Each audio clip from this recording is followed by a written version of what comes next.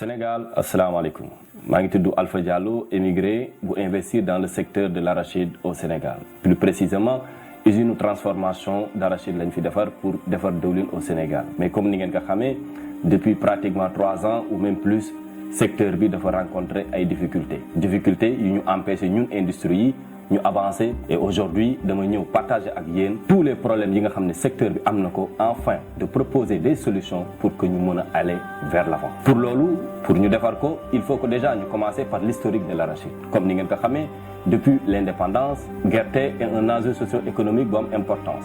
En effet depuis ses débuts 80% de suñu exportation au biir dëkk bi c'était de l'arachide. 70% de li nga xam ne le monde agricole di am comme xaalis ci gerte lay jógee. Nous avons exporté, nous sommes les premiers à exporter l'huile brute d'arachide dans le monde, deuxième pour le tourteau. Mais sans politique industrielle viable, un accroissement démographique croissant, un ajustement structurel des années 90, enfin, une sécheresse ont montré que l'exportation fut une solution à court terme pour un problème à long terme. Le problème persiste toujours. Et le secteur B, nous sommes attaqués de partout par les mauvais chiffres du ministre. L'invasion des Chinois en toute légalité et en complicité avec l'État du Sénégal, tout en piétinant qui a une déclaration au niveau continental, la déclaration de Maputo et la déclaration de Malabo, qui est un engagement, comme nous l'avons dit, institutionnel et continental. Un ministre qui est M. Moussa Baldé, Molendi Aidé, qui selon moi est un faux mathématicien. En dépit de ce socle, depuis Munekefi, des OPA sont lancés dans toute l'agriculture. L'arachide avec les Chinois, un protocole Bouidem pour 2024 et tout récemment le contrat de rénovation du barrage d'Afinyam à Bignona, mais pas par les Chinois. En fait, en réalité, c'est pour les Chinois. Nous parlerons dans la saison l'obsession des chiffres de l'État du Sénégal, l'OPA des Chinois, les exportations, les lobbies, les données de la chaîne de valeur, la chaîne de valeur en tant que telle et combien de personnes interviennent dans la chaîne de valeur. Que deviennent-elles vous faites que cette chaîne de valeur est rompue? Pourquoi la préférence étrangère sur l'huile d'arachide au Sénégal? Et puis, nous allons démontrer comment on peut réaliser que le Sénégal à 1175 francs TTC au lieu de lignes Gomlo tous les jours. Ce n'est pas des fictions, mais des propos qui reposent sur des faits. Les faits sont les bases de la science, que je vais vous démontrer par des calculs et des propos.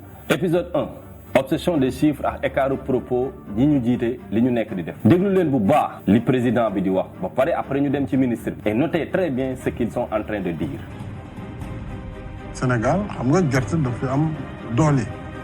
Ndax ñi nga xam ñoo ci yëngatu dañoo xaw a takku macha allah te Sénégal demoon nañ ba gerte gi sooxe bi may ñëw campagne bi jiitu amuñu woon sax 50 000 tonnes.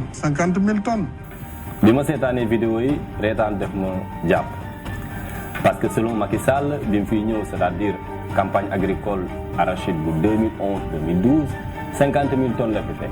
D'après les données de l'ANSD, nous avons 527 et quelques mille tonnes. Donc soit un écart de 477 000 tonnes. Vous faites qu'un président de la République devant tous les Sénégalais à la fin de l'année, nous savons préciser combien de tonnage de fait qu'on l'union. Alors comment ce président pourrait régler le problème du secteur? Ce que nous on fait, c'est qu'au mois d'août, on va envoyer une équipe de statisticiens, de jeunes qui vont aller sillonner tout le Sénégal. Une équipe d'enquêteurs. Ouais. D'enquêteurs dans le monde. Mais est-ce que vous avez les ressources humaines nécessaires pour faire ce travail justement, pour qu'il n'y ait plus cette... L'année dernière, quand je suis arrivé, j'ai remplacé les 52 moteurs de mes enquêteurs qui avaient 10 ans par des moteurs neufs. Ils ont allé sillonner tout le Sénégal. Mais est-ce qu'aujourd'hui vous avez une idée, monsieur le ministre, du poids de l'informel dans ce secteur-là? De l'informel? Oui, des gens qui ne figurent pas peut-être que dans vos bases de données. Attends, les enquêteurs, ils vont voir le SDTR et ils vont dans les champs, je vous ai dit. Ils ne font pas ça sur papier. L'année dernière, ils ont visité 63 000 producteurs. D'accord. Bon, le ministre Bouba, il est sur une télé de la place avec quand même devant de grands journalistes. Il a donné 140 000 tonnes que nous collectons en 2019. Nous avons calculé 52 agents qui ont jëndal ay moto yu bees. Nous avons 63 000 exploitations. Beaucoup divisé, vous êtes à 1211 exploitations par agent. Comptez aux aléas climatiques qui ont en période où nous commencé. Nous avons commencé. Normalement, nous avons fait 200 tols par weer.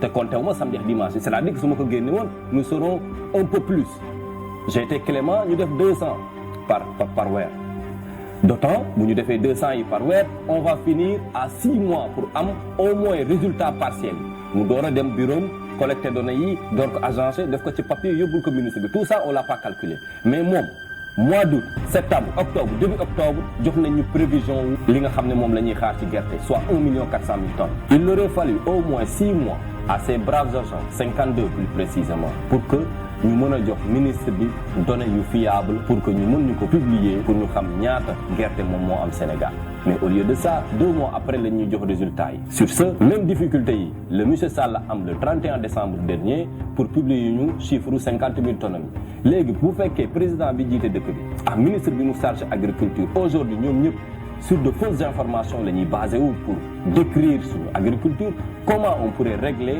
problème bi nga xam ne moom moo nekk ci secteur bi bu ñu taxawee ci chiffre ministre bi nee na campagne agricole arachidière bu 2019-2020 am nañ 1 400 000 tonnes depuis ñëpp a ngi koy contesté ren nag nee na 1 800 000 tonnes lañ am mais nañ arrêté rek ci 1 400 000 tonnes yi pour wan ne que vraiment ils ont faux non seulement ci seen calcul de base yi ma expliqué tantôt mais aujourd'hui si li nga xam ne moom moo génn ci dëkk bi selon le ministre am nañ 1 400 000 tonnes douane déclaré na génn na 327 000 tonnes de graines moo génn Sénégal boo ko xoolee 500 000 tonnes gerte xottu la boo ko dindee ci 1 400 000 mu dese 900 000 tonnes nga génn ci 100 000 tonnes capital semencier mu des 800 000 consommation locale en tout cas données yi ñu am ci 5 dernières années yi musul passé 40 000 tonnes boo ko dindee ci 800 000 tonnes yooyu mu dese 760 000 tonnes ana 760 000 tonnes yooyu année bii passé gis nañ benn industrie de transformation liggéeyu Sonacos CAIT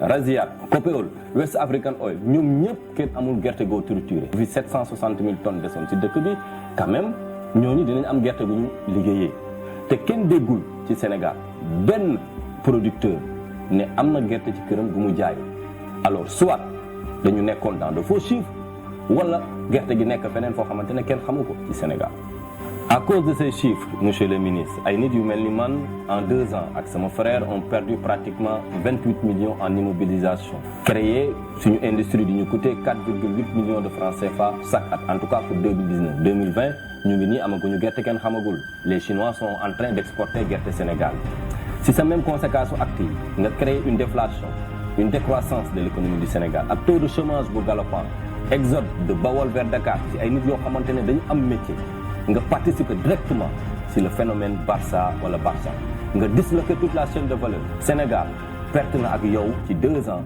plus que li mu perte ci Covid bi en 1 an tant que monsieur le ministre yaa ngi am philosophie protocole bi nga jël ay OPA di ko jox les Chinois on n'aura jamais une chaîne de valeur forte samay vidéo amul dara lu personnel wala lu tubaab di wax ad hominem mais dafa basé wu sur des faits et faits nag moom mooy base de science yéen ñi di décider au lieu ngeen di flasher wu sur sama personne wala loolu ma mën a empêcher pour que ma continuer di informer xalaat leen à ceci dëkk da ngay defar waa dëkk bi defar dëkk bi boo njëkkee defar dëkk bi ko waa dëkk bi dañuy dem bàyyi la ak dëkk bi man sama xalaat c'est juste vous informer wax problème yi ñu trouver ensemble des solutions pour améliorer la condition de vie des Sénégalais sur ce maa ngi remercier ñëpp ñi nga xam ne toog nañ jël seen temps seetaan vidéo bi di leen ñaan ngeen abonné wu pour que prochaine vidéo yi ngeen mën si jot à temps merci et n'oubliez pas de vous abonner